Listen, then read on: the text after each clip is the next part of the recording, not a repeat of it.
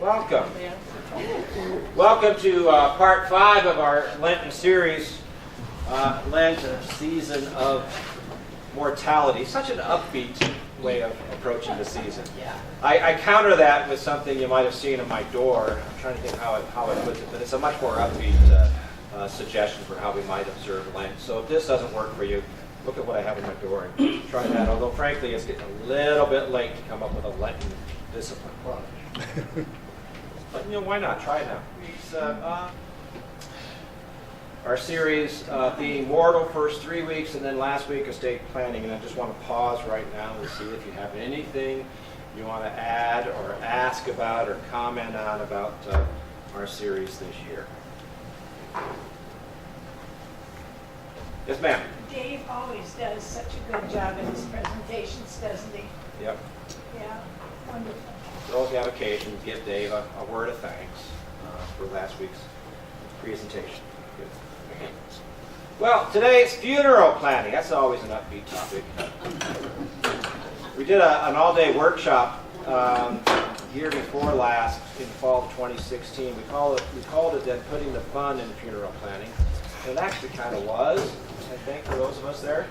We'll do a little fun in funeral planning today, but it's going to be an abbreviated version of what I've already shared with you before.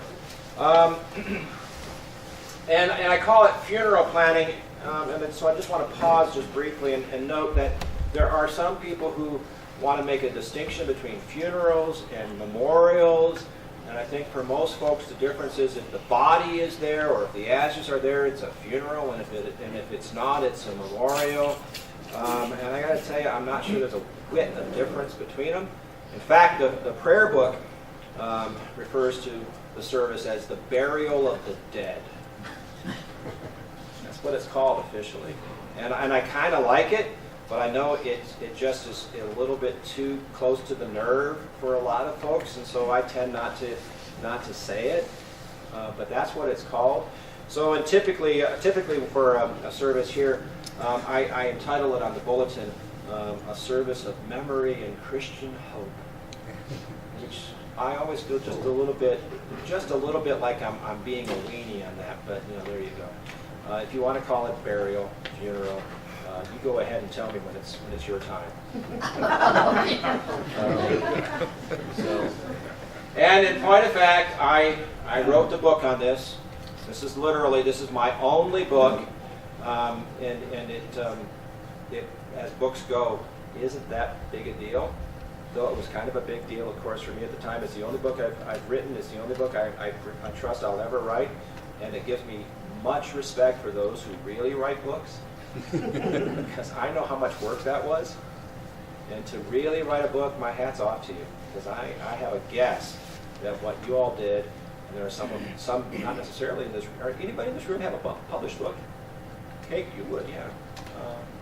And there are some others in the congregation. We're going to do something, 2 books that have been published this year, or are going to be, I think. Are they already out, both of them? One of them's not yet. Yeah, so Milry Latimer has a book that's out, and Judy Montgomery has a book that's coming out then. And so, my hat's off to them. And I'll be, at some point, wanting to invite us to celebrate that a little bit more. But we haven't really talked about that. Yeah. How many pages in your book? It's about the same size as the book that I'm going to give you a bit later. So you'll have a sense of it. Because the book that I'm going to give you later was very much just drawn from this. It was really handy that I had it in my computer. So it was easy then to recreate a booklet for you to use. Sorry I asked. No, that's all right. That's all right. It's a thin little thing. It's a thin little thing. I trust you. I assure you. And half of it actually is just Bible verses, as this thing is. So, as I say, as books go, not that much, but that's a boatload of work. So my hat's off to anybody who seriously writes books. And I patterned this off a similar book that was out by the publisher. It's Morehouse Publishing, that's who it is. Morehouse Publishing had a book for wedding planning. And I wrote them suggesting that they ought to get after the author who did the wedding planning book to do something similar for funeral planning. Because, as I note, there are similarities between planning the two. I mean, there's such very different services, and yet the similarities are striking for me in my working with couples for weddings or for families with funerals. And the primary detail is that they're not professionals. They don't do this for a living. They don't plan services. They don't know how to start. They don't know how to end. They don't know what to do in the middle. And there are so many details that they never noticed until they have to do it. And so a booklet on planning a wedding was handy. A booklet for planning a funeral would be handy too for the same reasons. More so because typically, in my prior experience, not so much these days, I'll come back to that in a minute, but typically there's so little time to do a funeral. Weddings, people take a year, 2 years to do it sometimes. But funerals, often you don't have but a few days. And so to have something that I could hand people would be helpful. So I actually wrote Morehouse about it and suggested they do something. And they said, that's a really good idea. Why don't you do that? And I said, no. And a friend of mine said, yes, you should do that. So I did. And it's very derivative for what it's worth. You could find the Morehouse book. That I'm sure they're both out of print now for weddings and for funerals. I know mine's out of print. And you'd see just how derivative my book is of the other. Again, and yet it was still a boatload of work.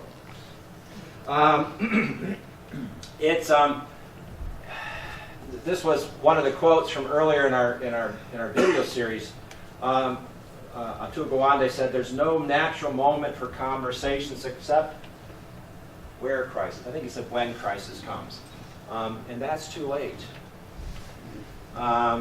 But that's part of the challenge for planning a funeral. It's a difficult and unwelcome task. And it's just chock full of lots of questions. Somewhere I came across some funeral home, I think, that was doing funeral planning on a website. And somewhere they said there's 150 decisions and tasks that must be completed within the first 24 to 48 hours after someone dies. 150. So that's a lot for a family to wrestle with so soon when they're already reeling from other stuff. So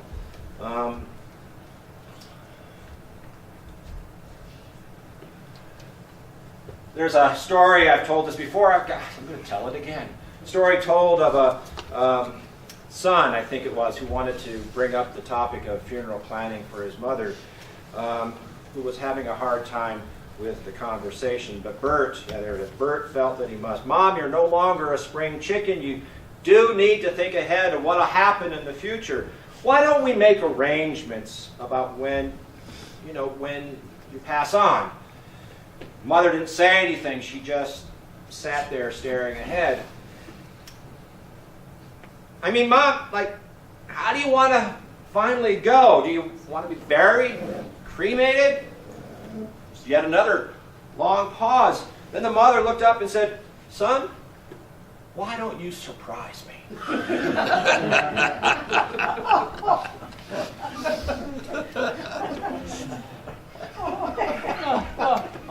But, of course, the thing is, it's always a surprise. That's one of my observations. I've been privileged. I mean, that's part of the role. Privileged to be on hand when loved ones have died. And even when you know it's coming, there comes that moment when, if you're in the room and they draw their last breath, it surprises. Mm-hmm. That's my experience, at least. It's always a surprise, and we're never really prepared.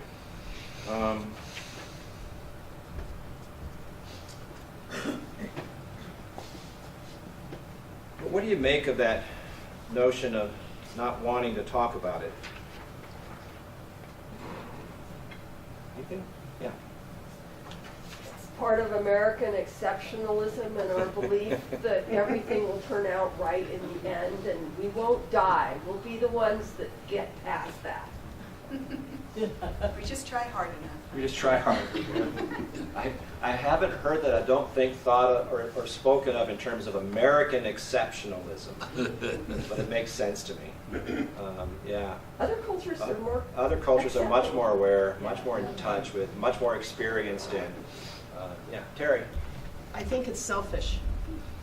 I think having this stuff in place for my heirs is probably the best gift that I could leave them.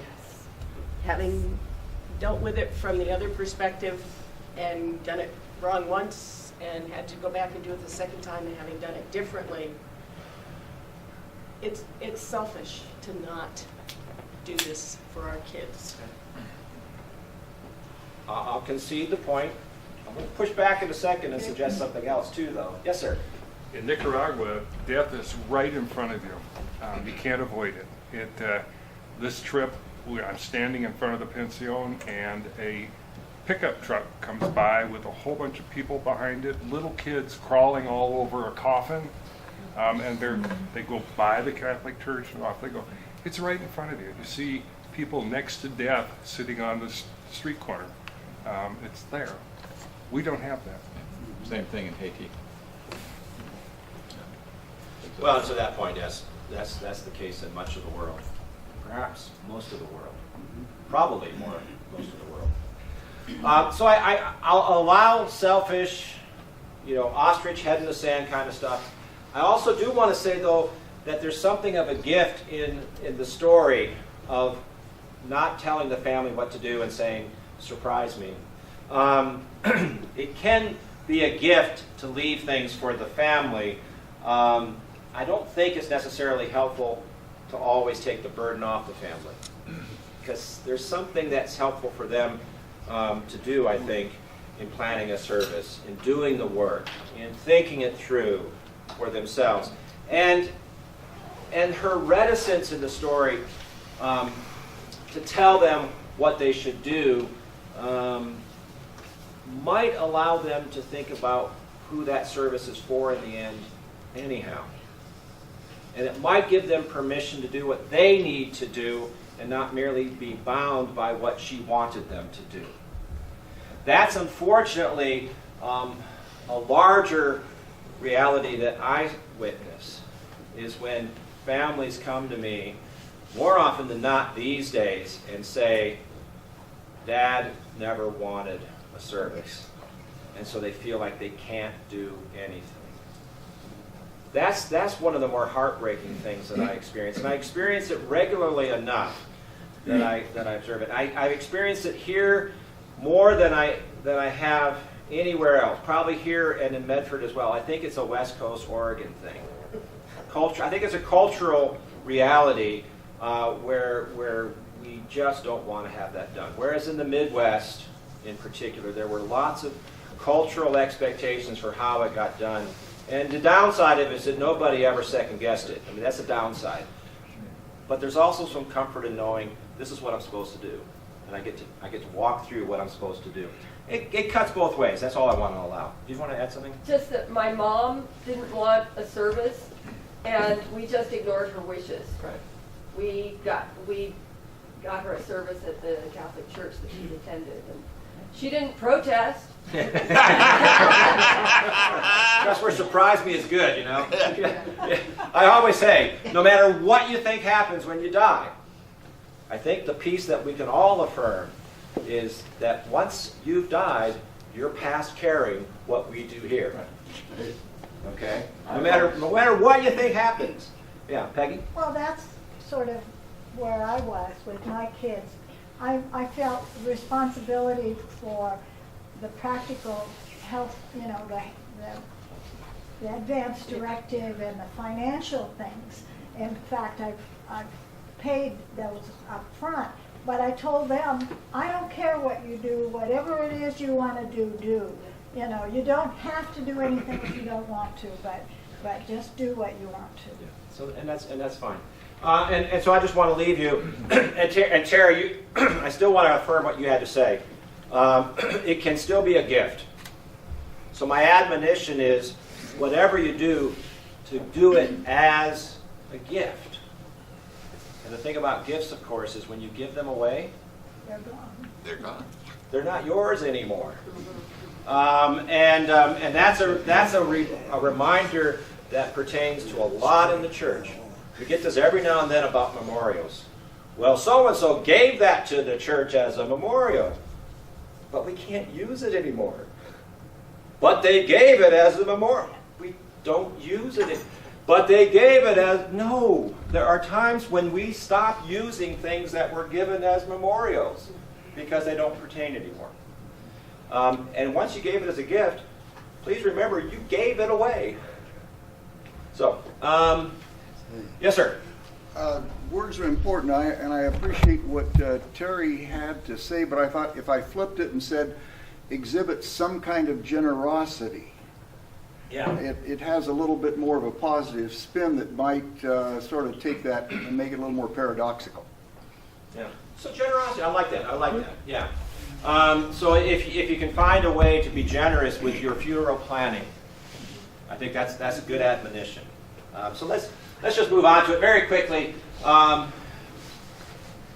Make arrangements with the funeral homes. And Peggy, you talked about the financial pieces. By all means, if you can let your family... Oh, and this is the other thing. Dave said this a couple times last week. I'm trying to remember what the context was. Talking about estate planning. Oh, it was about not evenly apportioning out your estate. If there are reasons why one child perhaps doesn't need the help that would be offered by a bequest at the time of your death, as the others would, that you feel free to do that. I think that's fine. I also want you to tell your family you've done that. Yes. Tell them before you die what your plans are. Dave didn't say that, and I would encourage you to do that so that they know what you're thinking. Same thing with funeral planning. I think let your family know your wishes. I think that might afford you some peace of mind. Urgent decisions, of those 150 decisions, maybe 50 of them can be taken off the plate. Maybe more. I don't know how many of those 150 decisions pertain. And you can address funeral costs. My mom, before she died, she had prepaid her funeral. We actually got a refund. Not a lot, but we actually didn't do as much as she had allowed that we could do. As for the church, financial costs I would ask you to sort of take out of the equation because we don't charge for funerals. We do not do a fee-for-service operation here. We will invite you to offset some of our costs. We will encourage you to be generous at all times, but we don't charge you for funerals. So that's off. But the other pieces probably still do pertain. And to that end, I have a worksheet. I'm going to hand these around, and we're not going to fill them out today, so don't spend too much time on it. But I got a couple of these. There's one for most everybody, and I can make more if we need to. But again, my hope is that you see this as a way to be generous. I like that. I like that reframe. Oh, look, cake, bar thumb glasses.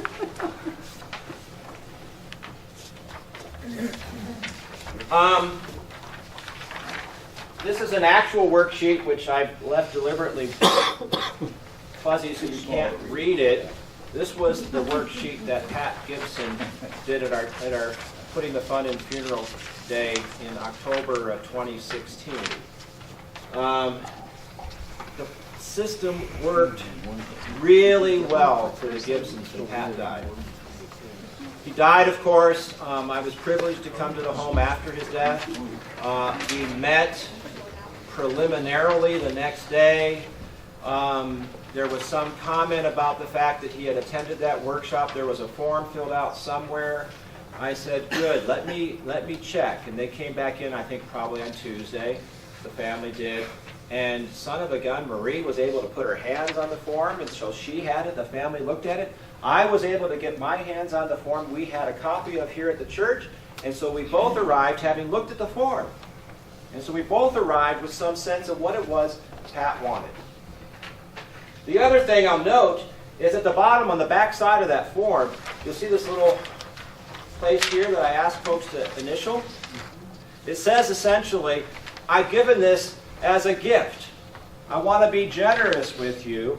I don't want this to be a burden.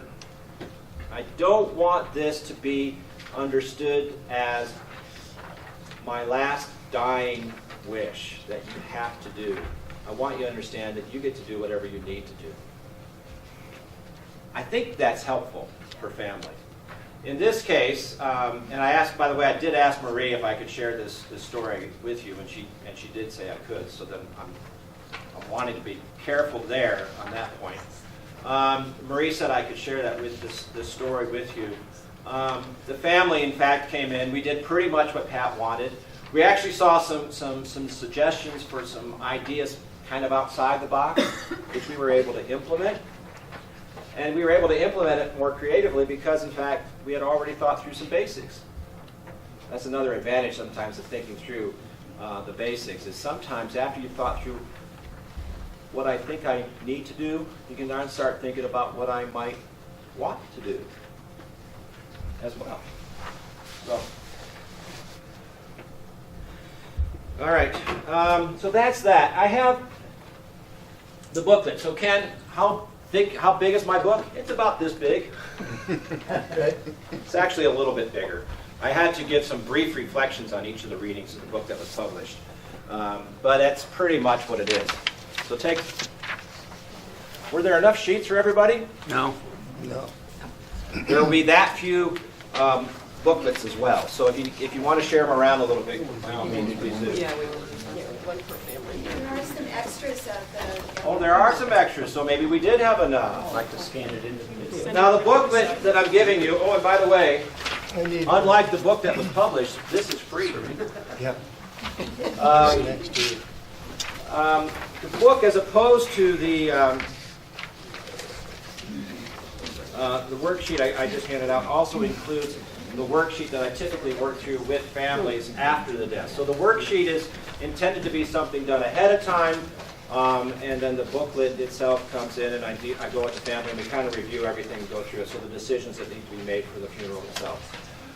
You'll note, oh, I forgot to mention this, on that worksheet that I handed out before, one side of it is more estate issues. The other side is funeral decisions.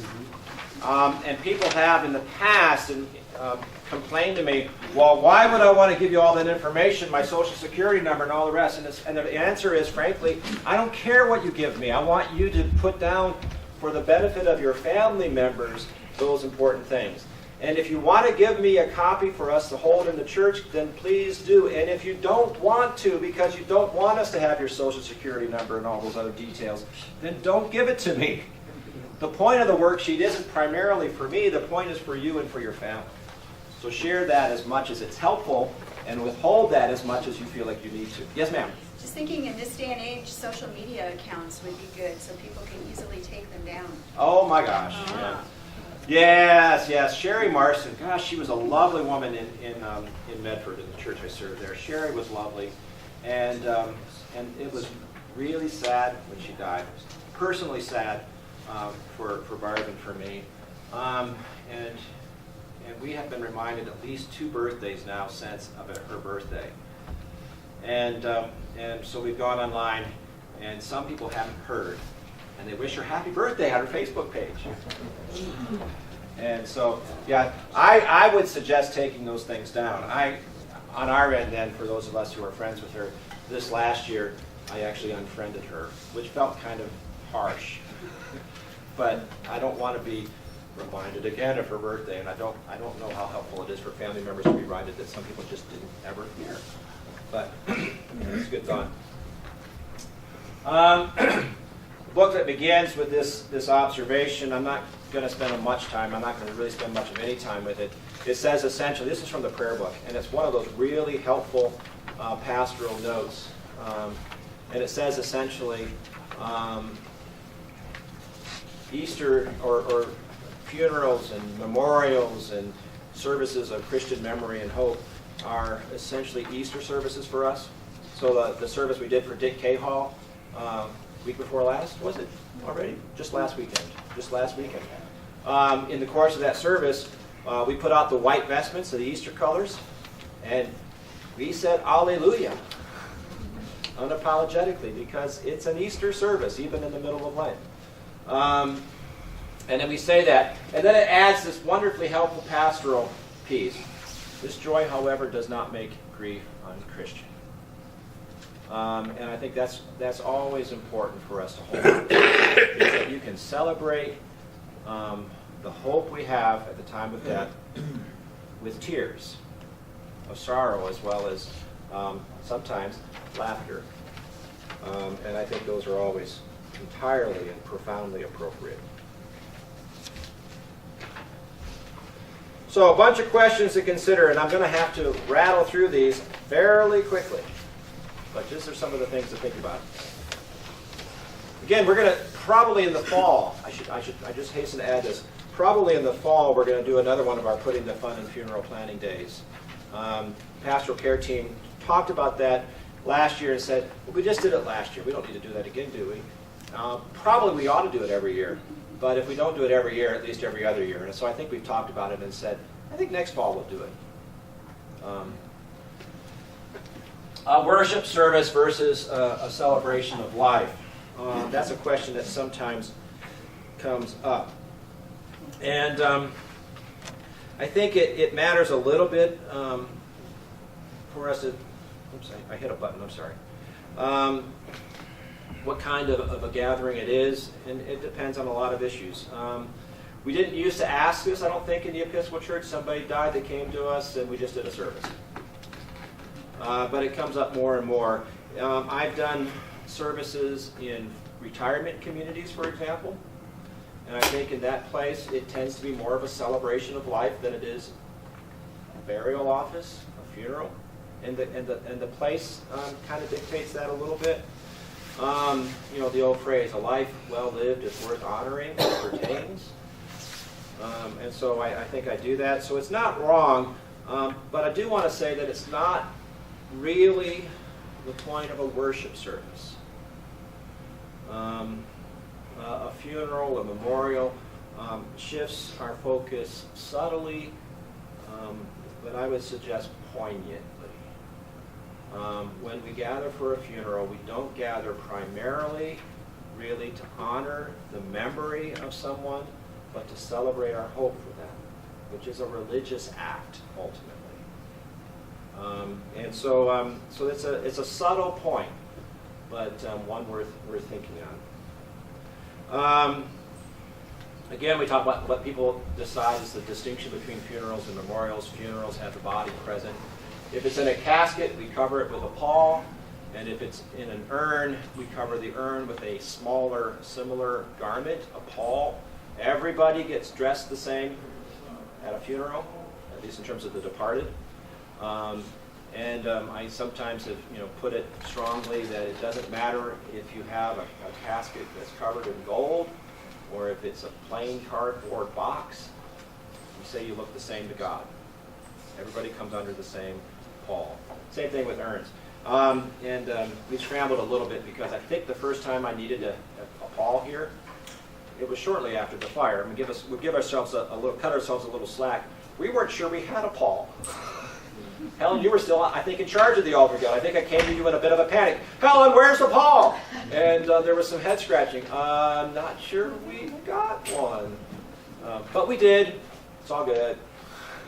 So, do remind you that we do have a columbarium here. It doesn't get used a lot, but I do want to remind you of that.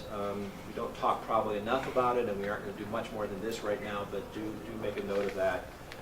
It's an extension of an old tradition. If you've been to churchyards in England and in New England, it's not at all uncommon with those old churches, as you'll see, to see them cemetery surrounding the church. Or in England, not at all uncommon to have them interred in the church itself, under the high altar maybe, or something of that nature, to suggest our life, not only in the whole of our life here, but even beyond, is all contained within the love of God. Yes, ma'am? I was wondering if we would consider here burying someone's ashes in the dirt. That was done for Anne's parents and her brother-in-law. We've had some conversations, so I think it's fair to say we'd consider it. We haven't done it that way. we would, It seems like a beautiful thing to do. so, the other question that comes up, and this is something that I didn't think much about before I moved to Oregon, to Southern Oregon first before I came here, and that's when the service happens. My experience in the Midwest in particular was it was done very much according to rules. They weren't written anywhere, but they were very much in force. And the rule was that if somebody died, say on a Saturday, I would probably meet with the family at the funeral home after church on Sunday. We would arrange probably to have visitation in the funeral home, sometimes in the church, on Tuesday, late afternoon into the night, maybe from 3 o'clock to 9 o'clock. I mean, it was long sometimes. And then the service would be probably the next morning. And so on Wednesday, Saturday to Wednesday, that's probably about normal. We would proceed then immediately from the church, either to our, in that case, our columbarium, which we had in the church there, or to wherever the body was going to be interred in a cemetery. That was so predictable.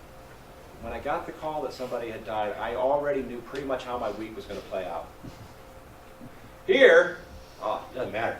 The answer is likely to be, let's see, the family's planning to get together for, we already had this plan, we're going to get together for the 4th of July, and I wonder if we could just do it then, Father. Of course, it messes my holidays up a little bit. But more than that, I do worry that it's a burden the family has to carry longer than they need to carry it. It doesn't cut off the grief. The grief goes on. And the grief plays out as it has to do. Although I worry it kind of cuts off a step that needs to be done. So I encourage family members when they can to think about doing it sooner rather than just put it off to when we were already planning to get together later. But it's Oregon, baby. So we do what we want to do. And that's a cultural thing that was a surprise for me. That was one of the many surprises when I first moved to Southern Oregon about how we do it differently out here. What the service is going to include, I put up there Eucharist in particular because that becomes one of our first questions to ask. Family members often feel like it's awkward. I'm going to have a lot of people, they aren't members of the Episcopal Church or they aren't Christian or whatever, and I don't know if we should do that. And my answer generally, well, I mean, they do what they want to do, and I allow a lot of latitude on these questions. But my encouragement is to think about doing it. My encouragement is if somebody is a practicing member of this church and this is what they do, then this is what we want to do when we have this service. And one of the more disturbing moments I ever had with this kind of a conversation was when the former Bishop of Armed Forces died in Medford, Charlie Bergring. He died, and we planned the service. And family at first was, I don't know, we're going to have a lot of people there. They lived in a retirement community called the Manor there. We're going to have a lot of people here. They all come from different churches, different traditions, different backgrounds. I don't know if you want to do this with communion. And I said to them, he was a bishop of the church. People are not going to be offended if we do what we do in the church. We're a bishop of the church. And they said, oh, okay, that makes sense. And then somebody came in who was the preacher from another community, came in and he started meeting with the family and said, oh, I don't know, we probably shouldn't do communion. We're going to have a lot of people at this. And I was so PO'd at this guy. Fortunately, another bishop was in the house for this whole planning process because his successor in office came to preside at the funeral. I ended up just being the glorified maitre d'. Which was great. I mean, it was an honor to do that for Charlie. But somebody else presided at the service, and I was putting all the arrangements together, and finally this guy tells the preacher, says, because he was actually retired military, that's how he first knew Charlie. And he turned to him and he says, you served in the military, you understand chain of command. Button up and let him do his job. That was really helpful. So we did Eucharist, but we almost didn't do it for all the wrong reasons. I will make an effort, as you know from those of you who have seen me do a service here, I will make an effort at every funeral to let people know they are welcome. And they're welcome to receive with us, and I invite them to do so. And I tell them, and we honor your reasons for not doing it if that's where you are. But we'll do Eucharist if that's helpful. For the family. Rite 1 versus Rite 2. And every now and then we do something different. We did a Celtic service for Pat Gibson's service. Because he had written on his form, Celtic, question mark? And that gave us permission to think outside the box. The readings, the prayer book gives us a lot of readings to choose from. The booklet I gave you on the last half of that booklet is just a reprint of those readings. It's really helpful for you to take that, especially if you're going to do this for the benefit of family, and read it and tear into that, and circle what you like, and say perhaps in the margins why you like that. Or draw an extra reading you do not want to have read at your service, and tell your family why. That could be helpful. I invite families, of course, to do the same thing when they're actually doing the planning as well. Jed, what's your policy on those who might prefer one or more readings that are not included from the Bible, that are not included in that list? I've used them. Ecclesiastes, for everything there is a season and a time for every purpose under heaven. 1 Corinthians 13, I've used that at a funeral. Love is, at the end of the day, love abides. I had a very profound experience with, this is Prodigal Son, this image here is meant to suggest that, where I was called up, this is when I was in Missouri, so this is a long time ago. I was called to the hospital for a woman who had, I don't have any recollection of the reasons, she had fallen away from the church, hadn't been in church for years. She was dying. She got the bad news she was dying. They asked for the priest to come. I met with her, and she was really worried, as some people are, about her soul and whether God would accept her. And so we talked in the hospital about that parable of the prodigal son and how God at the very end lets the son come back, who never shows signs of contrition in that parable. Just utters a few words of a speech carefully prepared for the occasion, and God throws God's arms around that child saying, welcome home. And so we read that at her funeral. So there are good reasons for doing so. I start with the basics that are suggested, and we start there. But if family members want to think outside that box, make a case. Make a case for me. We'll talk about it. Yeah. Thanks, Bill. Nice needed. I was going to say, I set you up pretty well. You did actually, yeah. Music, I have in that book that this is the piece I'm in some ways least comfortable with. The very inside back cover has a list of hymns that I suggest. It was prepared for me to suggest to you by my former music director in Medford. She was very adamant about some things related to music. And so I, at her urging, included that in my booklet here.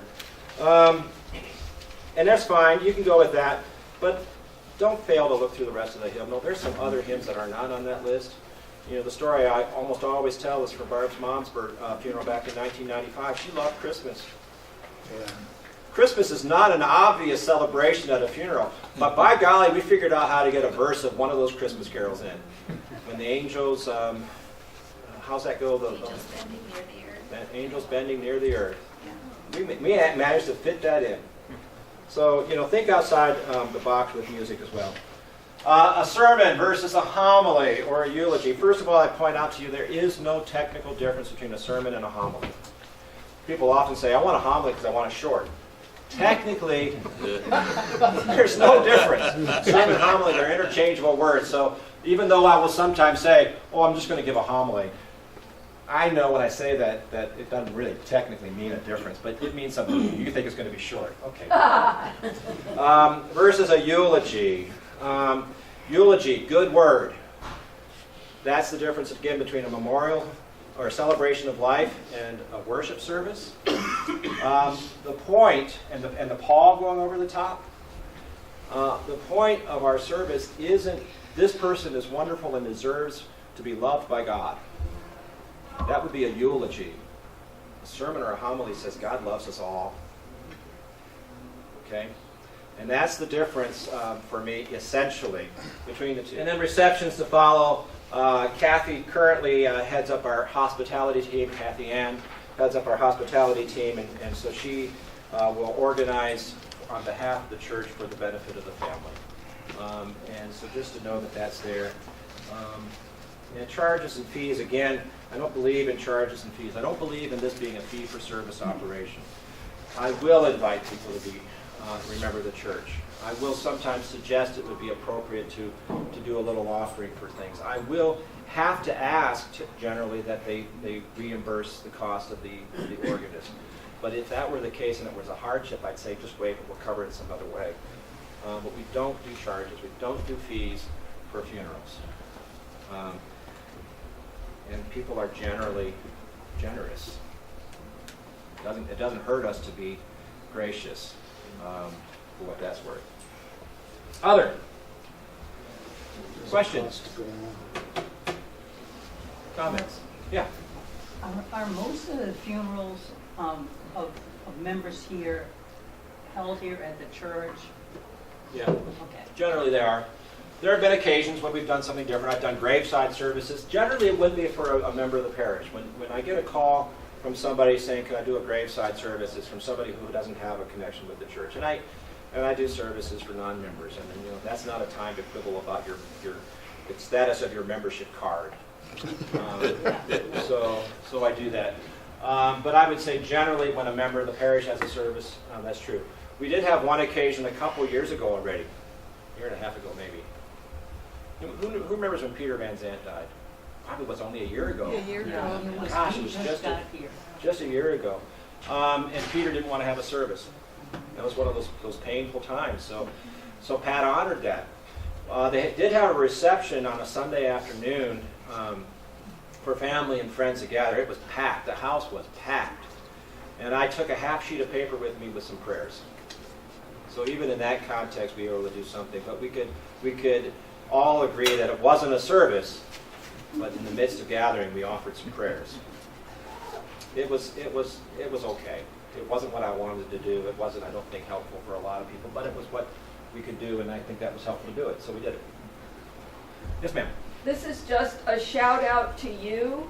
I was really honored to work with Jed on Dick Cahall's funeral, and it was really amazing. He worked so beautifully with Lorna, and the service was beautiful, and the church was opened up, and Kathy, you did a great job, you and Jeannie, in working for the jam and the reception. It was just beautiful, and I felt very honored to be part of it. Thank you. Well, and it's, as I've said before, and I'll say it again, it's always an honor and privilege for those of us who are called upon to step into such times.